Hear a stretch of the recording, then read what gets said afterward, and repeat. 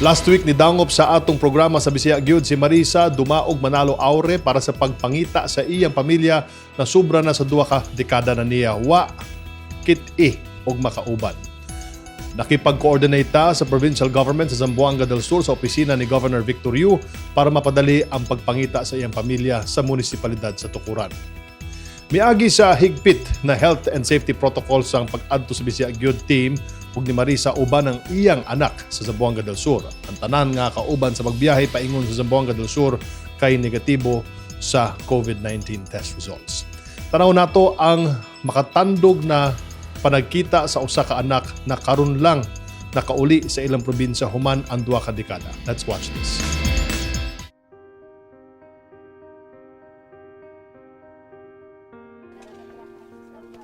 Nay, kailan mo? Pila ka na ako.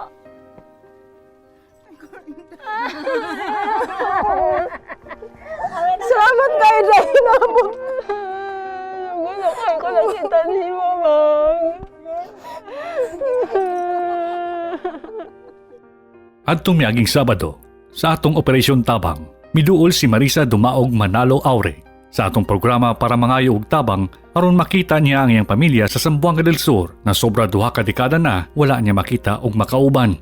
Tungod ani, nagkoordinar ang Bisaya Gyud sa provincial government sa Zamboanga del Sur diin paspas nga gaksyonan nila Governor Victor Yu ang pagpangita sa pamilya ni Marisa sa Barangay Aper Bayaw, munisipalidad sa Tukuran. Pagkahuman sa pila ka adlaw nga paghulat, human sa COVID-19 test, ang inahan na si Marisa o iyang anak na si Kathleen nilawig na padung sa Zamboanga del Sur.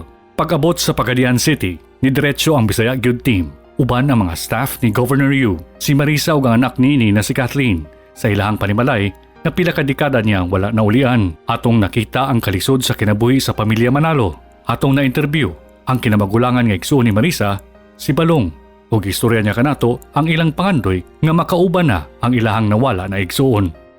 Lakaw sa Manila, wala dyan pakita. Dahil karon, kung sa may kanin nyo, kasi pagtuunin mo niya, buhi pa to. Pa siya. Wala gimi nagdahom na buhi pa. Pagkabalo niya nga nakontak, naining kanin niya, buhi pa si Marisa dito sa Manila. Kaya yung gibati. Nalipa dyan. Buhi pa gina siya. Kaya siyempre, isuon na ako siya. Wala sa panimuot sa inahan ni Marisa na si Nanay Rosenda. Nakauban na namo ang iyang anak na si Marisa. Ipasilip niya sa ato ang ilang balay, di na matikda nato na guba-guba na kini. Sa laing bahin, si Marisa, gidumdum ang ilang lugar nga sobra 2 ka dekada na niya wala maulian. Kanang kuan na mo niya mo ang basakan sa una. Dito mong balay sa una o balhin na sila diri eh. Balhin na sila diri. Wa ko diri ni balhin o dinhi nga ni balhin na sila diri. Dito sa una o dito sa may crossing na may balay dito sa una. Kinakabahan ako, mami. Natatakot ako. Pero ano ba yan? Ang hirap sabihin. Kay kaganina pa kasi ako na kinakabahan ako. Tapos paano kaya kung ano kaya sasabihin nila sa akin? Pagkahuman ang pila ka dekada, magkita na pag-usab si Marisa o ang iyang inahan. Matuman na ang pangandoy ni Marisa na makapangayog pasaylo sa iyang ginikanan. Pila ka na ako?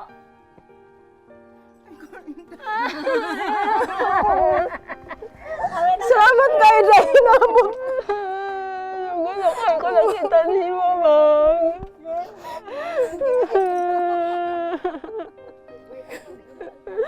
Ako naging tabang sa ilaw, ako kabot dire.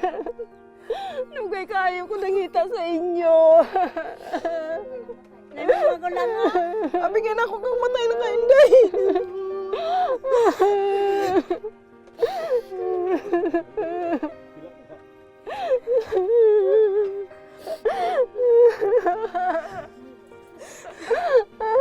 Nugay na kayo ko nangita sa inyo. Di na ko makakuan kaya wala ako Facebook.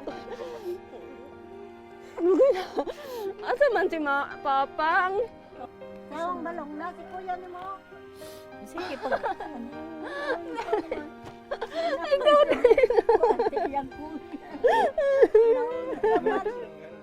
Ug sa dili man makaistorya og tarong tungod sa pagkakurat, dakong pasalamat ni Nanay Rosenda. Salamat kayo ninyo. Sa emosyonal na pagkita ni Marisa, Nanay Rosenda o iyang igsuon na si Balong, gipangita ni Marisa ang iyang amahan na si Tatay Rogelio. Tungod sa kadugay nga panahon nga wala sila nagkita sa iyang amahan, wala na kini makahulat. Busa amo nang giadto ang sapa kung diin gapanguha og alimango si Tatay Rogelio. Atong natagbuan si Tatay Rogelio nga naglakaw pauli sa kainit sa adlaw. Sukad pa kini sa buntag na nakop og alimango. Kailan ako?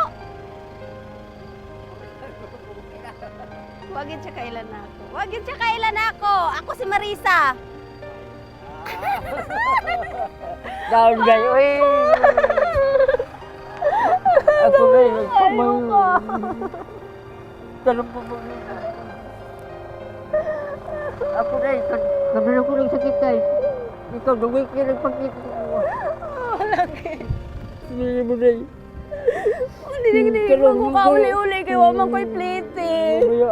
Ako magpadala ko kontak yung naman. Bulitan sa ito, anay. Magtapong tingkalan.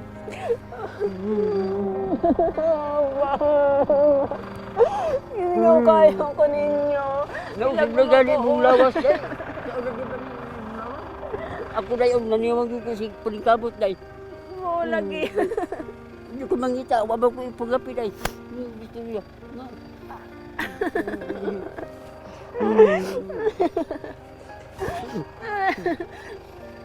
Mingaw kayo ko nimo. Ako Kay din. alam, kabalo ko na palangga kayo ko nimo. Ay, ako giminga po ko mo day, oy. Ako Sa kadugay nga panahon, nagkauban na og nagkita pag-usab si Marisa ug si Tatay Rogelio. Makabawi na sila sa taas nga panahon, diin sila nahimulag.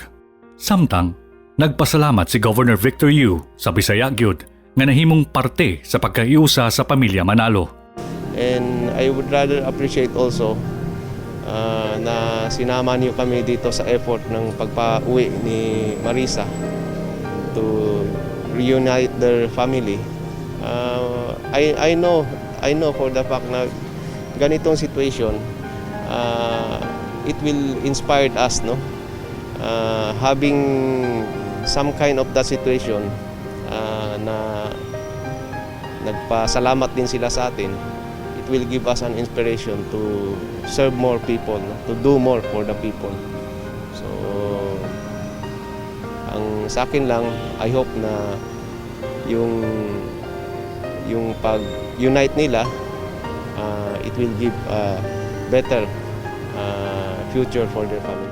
Pagatunan sa opisina ni Governor Yu ang angay nga ayuda alang sa pamilya Manalo, aron aduna kini panginabuhi. Marami tayong livelihood program dito, no, especially in agriculture.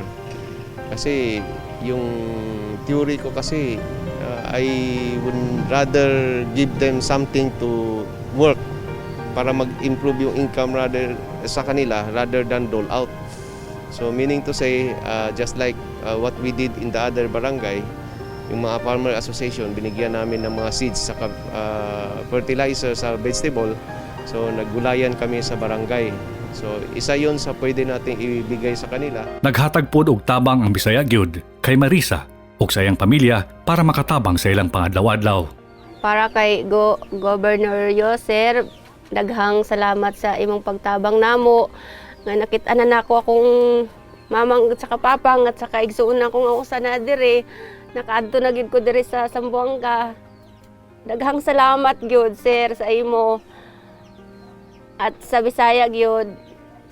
Daghang salamat talaga. Tatanungin ko tong dako kayo kuan unsa ba nang utang na loob na dako kayo akong nakatabang kayo sa ako kay sa loob ng sa dugay na nako dito sa Maynila wa pa ko kauli dire karon ra gyud naana jud ko dire dako jud na kayo mong nakatabang gid mo sa ako kaya daghang salamat jud sa inyong tanan sa kay Gob at saka sa Bisaya gyud.